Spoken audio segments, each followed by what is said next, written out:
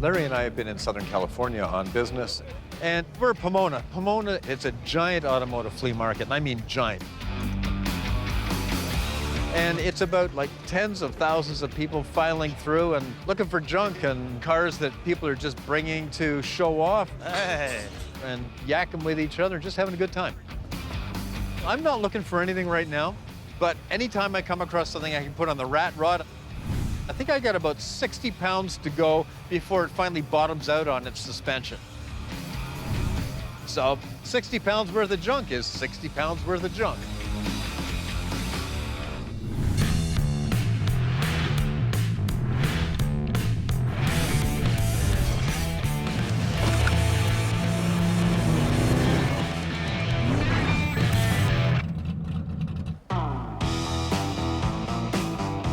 Pomona is a great event. It's a Murray. Those are worth some decent money. Just wandering around is a lot of fun, but you know, if you're actually looking for an individual item and something you really need, boy, this is hard work. I mean, guys get out here real early and they scour everything, hoping to find that one part, and if you do... Makes it all worthwhile. That's right. Now we have the internet, so it's not as hard, but still, there's a lot of stuff that's not on the internet that you find laying on the ground or something like this. Yes, yeah. This is nice. This is our lowrider areas, eh? Yeah, this is nice. I like that. Word is on the street that you want to start buying lowriders now. You know, how did you know?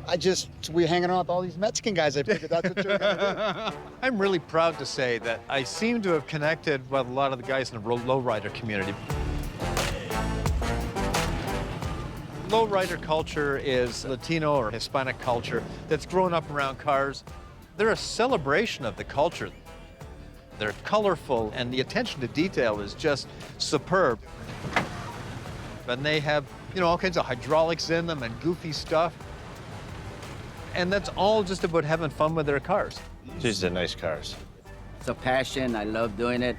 I learned how to work on these old cars in the backyard when I was a little kid. So that's how we learned how to mechanic, and we came to love this kind of work, and it's a good hobby and expensive at that. Oh, I like the paint on that Caddy. It's also about the pride that you can see they have in their cars. It doesn't matter where you look on a lowrider. The guy's been there and he spent hours and hours making sure that that tiny little detail in his car is just perfect. I gotta tell you something. What you've done in that car is wonderful. Beautiful. Really. Yeah, nice work. We looked at the price. I saw the and we price thought and it's I well went, worth it. Yeah. It's a frame-off restoration. All underneath is all chrome. You see the paint on top, just the same thing on the bottom. Every nut and bolt, as you can see, it's been redone. I don't have a shop. Just in my garage. That chrome is beautiful. Oh, I know. You know, I'm looking at the chrome on some of these cars, and it just makes me a little bit mad because we have such an issue with chrome. And then I look around here, and there's little tiny chrome shops down in Southern California that are doing work that's just as good as anything I've ever seen. I mean, a lot of this stuff is just flawless. It's really, really impressive. I'm taking names, and I'm getting addresses.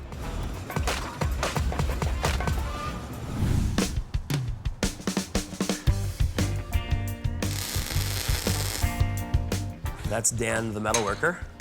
Formerly Dan, the parts guy, who's now Dan, the metal worker. Hey, Al. Yeah? I was just wondering, do I need to trim up this edge from the plasma cutter if I'm gonna use the nibbler? Just where you're gonna cut, you just give it a tap with a hammer.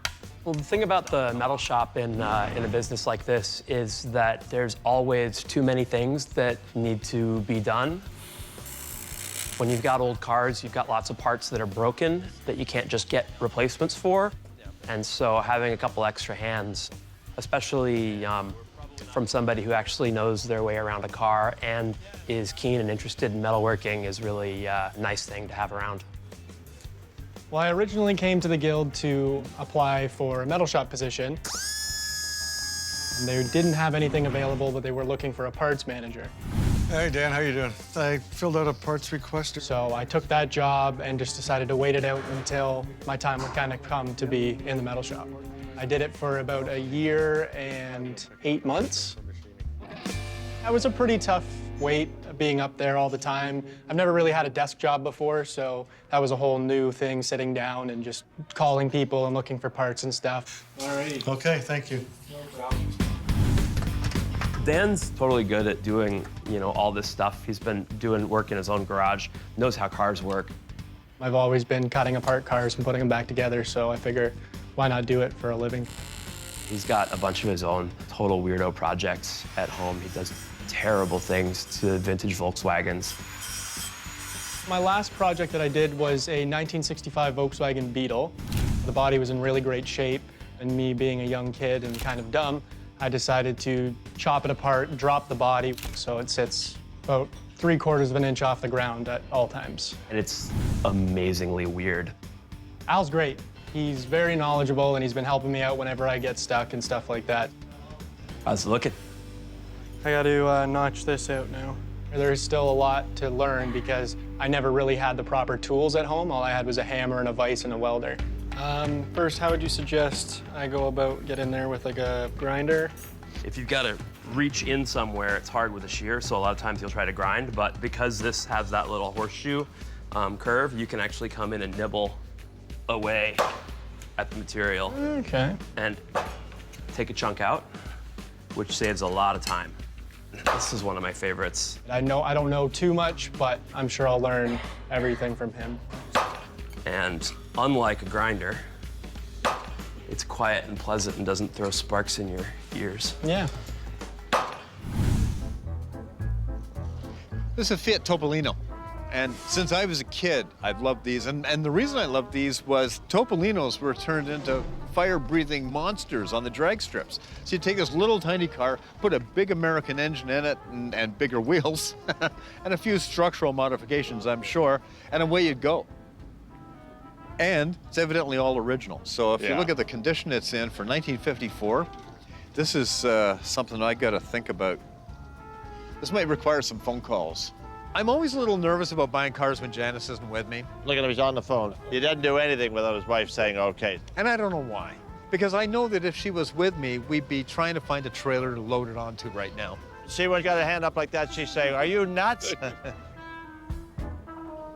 I've always liked the Topolinos, Yeah, though. I know I mean, you have. Topolino is, what a great name, Mouse. Name a car Mouse. I know, you like it. He loves the little ones. I know, it's a mouse. I open the hood. Oh, yeah, is this yours? Oh, yeah. Thank you for bringing it. Not really, because I wish I hadn't seen it, because I really want it. Where did you locate this one? The car was built in Buenos Aires, and a lawyer in Italy happened to go there on vacation, and he bought the vehicle and brought it back to Italy and had it restored. Then he got married to a lady from Marin County, and they took the car to California. And of course, soon after that, they got divorced, and he went back to Italy, and the car stayed in California. I mean, it's just a beautiful surviving vehicle. It's got a great backstory to it. It's just an exemplary example of a car that's pretty rare.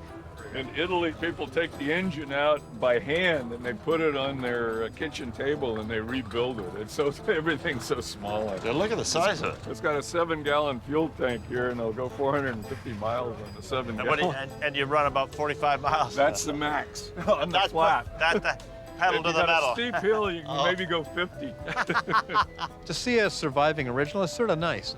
I'd like to have it with some of the other really weird little cars I own. Great little vehicle, eh? We'll wander back by later. There's a couple slightly rough and bumpy areas that I'm not quite happy with.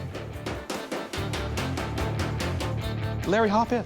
No, he's smaller than me. He can get in and out of these things. Hey, Skyler, Oh, here we are. how are you? Hey! Good, good, good, good. Larry, nice to meet you again. All right. We're fairly well recognized. Apparently, we have a fairly strong fan base and following here. Hey, how you doing? Good to see you, man. Hey, man, nice to meet you guys. How are you? Not bad. How are you doing? Doing good. Nice I car, see your man. show all the time, man. Yeah? Yeah, you're good. You guys are a team. No, we're not. No, we're This not. is the money. I spent This guy right here. brains. Hey, Richie, this one right here likes the tractors.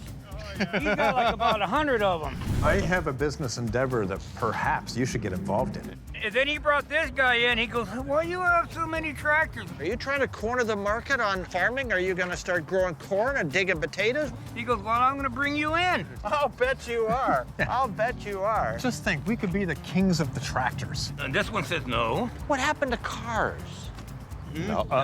You know, it's been a lot of fun because we get people from all over. We've had, you know, a lot of Californians. Good to meet you guys. See you later, man. All about Have a power. good day. Good Australians, New Zealanders, some Europeans. Hey, And that just goes to show you what a huge event this is, that it attracts people from all over the world. I mean, this is sort of a counter Pebble Beach, and, well, it's as much fun, or maybe more. It's certainly different.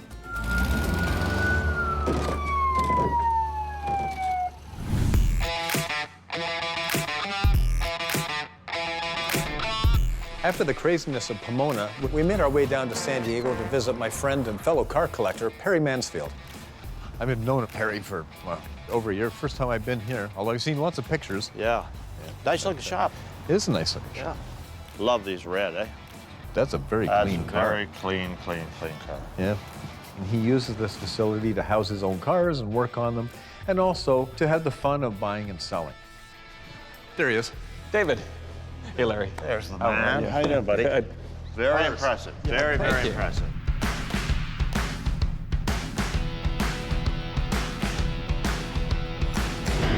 Perry is a very upscale doctor, and this is a hobby, but it's a heck of a beautiful hobby. And boy, he's got cars here that a lot of people would love. My real, passion is in the 60s and European cars. My passion for cars really started when I was 17. I didn't have any money to buy a car, so I had odd cars. Around that age, I bought a kit Cobra and put parts together and started my very first car. And all throughout my life, I've really enjoyed all different makes and all different brands that have had all different types of cars. It's a wonderful shop, Perry. You've done a great job here, and I mean... We moved here from '93 from Toronto, Canada, and as we were getting more successful in his medical practice, our hobby became a business. And we were doing more restoration till recently when we hired David Young, our general manager. This looks like a fiberglass car, though. That is a fiberglass That's car. fiberglass, yeah. She's got a 302 in it, very well built. Perry likes to collect cars. I like to buy and sell cars. I like to show cars.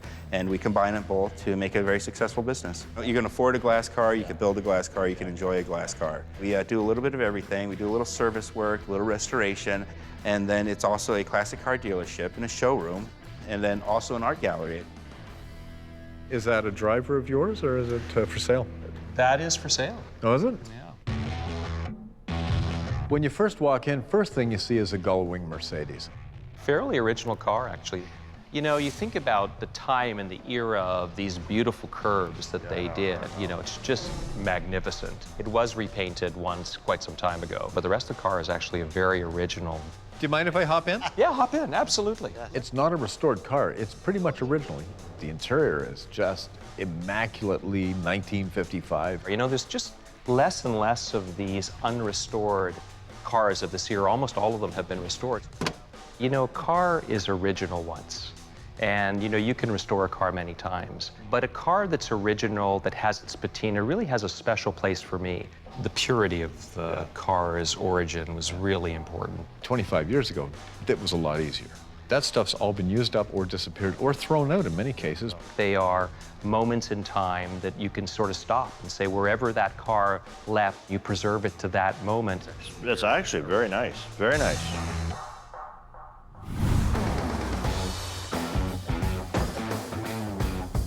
Dan's is working on all the inner fenders and the rot in an 80s Mercedes G-Wagon that when we took it apart for the client, we found a lot more bondoed over rust than it looked like at first. While it's not exactly the most pleasant task, that's actually a really good way to learn because all those underbodies and wheel wells are stamped in big hydraulic presses with absolutely no concern to how easy it is to shape it. Where's that one piece? Oh, this guy. Yeah. That's what you're remaking. Yeah. Ooh. And you can see all in there, it was cake welded, and there's actual still welding rod still all stuck in there. Somebody did a really bad job of repairing that. Yeah, so. No wonder it kept rusting. Yeah. So then when you're copying those, everything's funny. There's not a single straight line. The curves are tight and they curve back on themselves, so it's a great practice. Dan's pretty pumped to be in the metal shop. I think he knows a lot more than he thinks he does, because when you're self-taught, you're actually not sure if it's right or wrong. But he's doing a really good job. I'm definitely going to be able to bring him into helping me assemble this Ferrari. The Ferrari's been going through some major changes lately.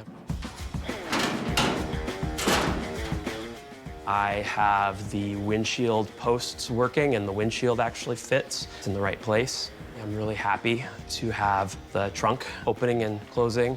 So these are the handmade custom hinges I fabricated that allow everything to open and close smoothly. The frame is clecoed for now, but everything lines up as it should. With little adjustments in everything, I can get the final body lines and wheels to be just the same. And this will get a little more trimming here so that this sits down flush inside there. And this whole thing is gonna be a nice smooth roll off to the bumper. And then we can do a final go over of all the body work, get all of the panels to align perfectly. There's a couple of slightly rough and bumpy areas in the back of the fenders that I'm not quite happy with. When I shrink the back of the skin down, I'm gonna get this curve to be just right, but spend a little bit of time with the torch and some spoons, do a little bit of final handwork, and we'll get all of the skins where they need to be. But the major work is really coming together, and we're gonna be painting components and assembling the car in the next few weeks. We're getting there. This is essentially where we want to be. The best part of the car is the power plant. Just look at that. Wow. So now that's impressive. Perry is an Italian car enthusiast. I think the others are just here because, you know, well, you gotta like them all. So, it's an old friend. 1966 Lamborghini 400 GT. This is actually really one of my favorite cars. The best part of the car is the power plant. Look at that. Wow. So now that's it, impressive. 6 Weber carburetors, extraordinary power, billet crank, just a tremendous and reliable car. In 1971, the engine of this car went down, and a privateer racer, Jerry Galich, bought the car. The car was reconditioned in its engine, and then it was raced from 1971 all the way to 1989.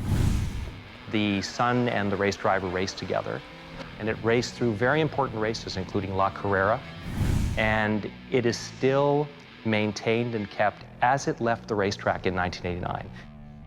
Let's get that from a swap meet or something like that? Yeah, that actually is an original Marlboro sticker that came when the car left La Carrera in 1989. This dark part here is the actual dirt from La Carrera that right? I clear coated into it. I tried everything to preserve it as it left the racetrack, in its form, with its bangs, with its scratches, and that to me really maintains a moment in time. So you haven't retired her by any stretch. She's still a busy girl. This car still drives regularly, shown regularly. I've had this car up on a racetrack well over 140 miles an hour. Oh, I'd love to go for a ride in this thing. I'd love to take you for a ride. Tremendous driving car. I'm ready to go right away. Really? I'll stay with David. We'll have some talk about cars. I'm gonna sell you something. Yeah. I'm gonna sell you something while you're here. I'll pay for it. I mean, it's really noisy. It smells bad. It's grindy and bangy. And it just doesn't get any better.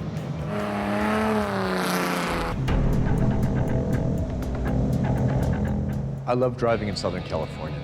And I sort of facetiously suggested we go for a ride in this Lamborghini. And Perry's right up for that. So I am getting to go and take a tour in this Lamborghini. So this is noisy. This is actually very quiet. This is a very quiet car. I mean, it's really noisy. It smells bad. You know, it's grindy and bangy and clanky, and it wallows around a little bit because, let's face it, it's from the 60s, and it just doesn't get any better.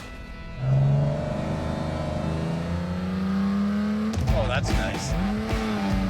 When you drive this car, it is loud, raw, and it creates an enthusiasm in your heart that is really hard to explain.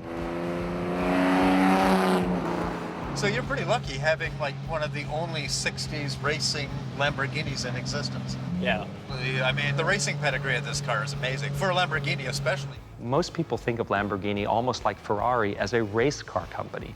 In actual fact, there is very limited race history for Lamborghini. The focus of Lamborghini was not only performance out of just under a 4-liter engine, 6 Weber carburetors, but it was also about the handling of the car. You know, short wheelbase, extraordinary suspension, extraordinary braking system for a 1966 car. Oh, we're hitting some traffic. The car doesn't like this. No. This is not its favorite moment. There are 2 things the car doesn't like: sitting and standing waiting to enter into a car show. Yeah. And it does occasionally tell me so. Okay, here we go. It really digs in, eh? It really does, yeah. To understand these cars, you have to put them on roads like the roads in northern Italy. The lovely thing about Southern California is that's exactly what their roads are like. Right now I'm a scrub. A what? A scrub, that's what they call the passenger in a nice car. Yeah, that's true, yeah. We lose something when we put it in a trailer and we don't actually enjoy what it was built to be. So for me, it's all about this moment, David, to be able to drive together and enjoy that. One of the most beautiful places. It really is. Yeah.